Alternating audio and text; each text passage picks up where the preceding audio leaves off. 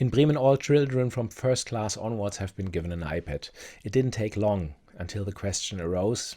As you can imagine, the question arose, what do you do with an iPad in the first class? Does that even make sense? And today we are more convinced than ever that it does make sense, especially with the right content. And I was lucky enough that my predecessor in office left me a contact to eKidz. And soon after I began working in our education authority, Mrs. Tedreva and I had our first phone calls. At first, my son had to try eKidz, so he was my first victim there. And I was happy to see him very motivated using it.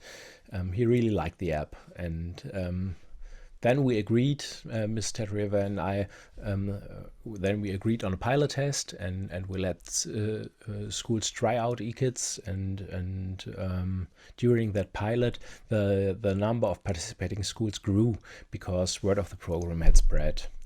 And after very positive feedback from our teachers, we acquired a state license of eKidz. The app is used with varying intensity, I guess, but today almost all primary schools in Bremen are registered. eKidz is not only used for reading German books, but also for teaching English and learning German. And when it comes to good content for primary school, eKidz is an essential building block for us right now.